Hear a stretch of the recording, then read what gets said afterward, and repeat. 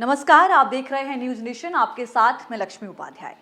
आज बात होगी केंद्रीय कर्मचारियों के महंगाई भत्ते को लेकर। जो इंतजार था केंद्रीय कर्मचारियों का महंगाई भत्ते की बढ़ोतरी का, वो शायद खत्म हो सकता है। और अगर आपके घर में भी कोई केंद्रीय कर्मचारी है, सरकारी कर्मचारी है, तो ऐसे में ये खबर उनके लिए महत्वपूर्ण हो जाती है। खबर ये है कि मोदी सरकार केंद्रीय कर्मचारियों का महंगाई भत्ता बढ़ा सकती है, यानी कि डीए में 4% की बढ़ोतरी हो सकती है। अब जो ये समझना होगा कि कब हो सकती है, जुलाई में यानी इसी महीने इसका ऐलान हो सकता है, प्रभावी हो जाएगी। लेकिन जो आधिकारिक तौर पर जो आप कह सकते हैं कि जो बढ़ोतरी भत्ता होगा, जो उसकी राशि आपको मिलना शुरू हो जाएगी, आधिकारिक तौर पर जो इसका ऐलान शुरू हो जाएगा, वो अगस्त, सितंबर या अक्टूबर में हो सकता है, यानी अगले महीने या उससे अगले महीने में हो सकता है। अब सवाल ये है कि आखिर किस तरीके से इसको तय किया जाता है, इसके पैमाने क्या होते हैं, इसकी इंडेक्स क्या होती है, ये तमाम चीजें हैं जिस पर आज मैं आपको विस्तार से बताऊंगी। देखिए, सीपीआई के आधार पर अगर आप देखेंगे तो चूंकि अब तक जो है महंगाई भत्ते का वो 55% था, और अब अगर 4% इसमें बढ़ जाएगा तो ये 59% हो जाएगा, यानी कि 59% और ये बढ़कर हो जाएगा। डीए का कैलकुलेशन किसके आधार पर किया जाता है, ये भी आपके मन में एक महत्वपूर्ण सवाल होगा कि कैसे तय होता है कि डीए कितना बढ़ेगा। अगर पिछली बार 5% बढ़ा या 6% बढ़ा, इस बार 4% कैसे बढ़ेगा, तो ये भी समझना होगा कि इसके पैमाने क्या होते हैं। तो डीए का जो कैलकुलेशन होता है वो AICPI-WI के आधार पर होता है। इसकी फुल फॉर्म क्या है, ये भी आपको समझना जरूरी है, यानी कि all India consumer price index for industrial workers. इसके आधार पर इसका जो है वो कैलकुलेशन किया जाता है कि कितना डीए केंद्रीय कर्मचारियों का बढ़ना है। इसी साल अगर आप मई की बात करें, मतलब अगर आप 2 महीने पहले जाएंगे तो 0.5 बढ़कर 144 पर पहुंच गया था, और 144, और अगर आप जून में आ जाएं तो यहां भी 0% ये 5 बढ़ा तो 144.5 हो गया।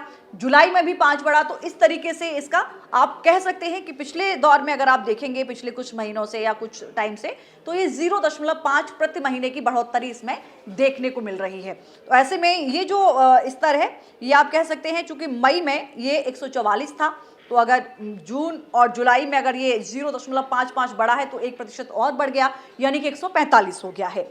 साल में 2 बार रिवाइज किया जाता है डीए को। कौन कौन से महीने होते हैं, कब होता है, कैसे एनालिसिस होता है, तो ये भी बहुत जरूरी है। साल में 2 बार रिवाइज किया जाता है। आमतौर पर देखिए जनवरी और जुलाई में इसको रिवाइज किया जाता है। अधिकतर बार सितंबर और अक्टूबर में इसको बढ़ाया जाना था महंगाई भत्ते को, लेकिन इस बार जुलाई में ऐलान जरूर हो जाता है, लेकिन इसका जो आप प्रभावी रूप से आप देखेंगे कि ये लागू होगा वो अगस्त या सितंबर से ही होगा। डीए निकालने का फॉर्मूला भी अपने आप में बेहद महत्वपूर्ण हो जाता है। ये भी मैं आपको समझाऊंगी कि आखिर किस तरीके से कितनी बढ़ोतरी की जाती है। अगर ये 0.5% भी अगर पूरे हर महीने बढ़ता है तो इसमें बढ़ोतरी काफ़ी संख्या में देखने को मिल जाती है। ये डाटा हालांकि अगस्त में जारी किया जाएगा कि किस तरीके से AICPI-IW का डेटा क्या कहता है, ये अगस्त में निर्भर होगा और उसके आधार पर ही ये तय किया जाएगा। लेकिन ये ज़रूर है कि जो केंद्रीय कर्मचारी काफ़ी लंबे वक्त से इसका इंतजार कर रहे थे, उनके लिए खुशखबरी है कि आपका महंगाई भत्ता बढ़ जाएगा। जुलाई में सरकार इसका ऐलान कर सकती है, हालांकि अभी रिपोर्ट्स हैं मीडिया के अकॉर्डिंग, और अगस्त या सितंबर में इसका ऐलान हो सकता है। आप कह सकते हैं कि अक्टूबर से आधिकारिक तौर पर यह प्रभावी रूप से लागू हो जाएगा। तो आप ये कह सकते हैं कि सीपीआई के डेटा के आधार पर अब 59% पहुंच सकता है आपका डीए। डीए का कैलकुलेशन मैंने आपको पहले ही बताया कि ये all India consumer price index for industrial workers के आधार पर होता है, और मई में 0.5% बढ़कर 144 हो गई थी, और मार्च 2025 में अगर इसी साल की आप बात करें तो ये 143 थी। तो इसी के आधार पर हम देख रहे हैं कि ये हर महीने 0.5% बढ़ रहा है।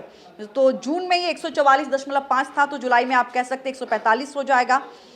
इसके आधार पर 12 महीने का जो एवरेज है वो निकालने की अगर आप उम्मीद देखें तो 144.17 पहुंचने की इसकी उम्मीद है।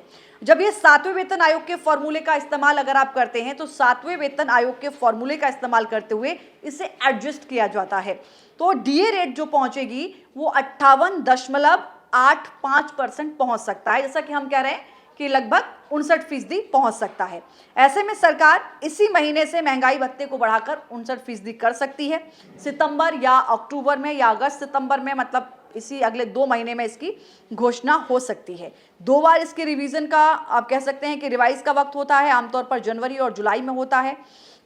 और जुलाई में हालांकि ये ऐलान ज़रूर हो जाएगा, लेकिन इसकी जो घोषणा बाद में आधिकारिक तौर पर आप देखेंगे तो अक्टूबर के आसपास ही, अगस्त सितंबर अक्टूबर, इन 3 महीने में होगी। दिवाली के करीब, मतलब आप देखेंगे तो ये दिवाली के करीब, आपने सुना होगा कि केंद्रीय कर्मचारियों को सरकार ने तोहफा दिया है।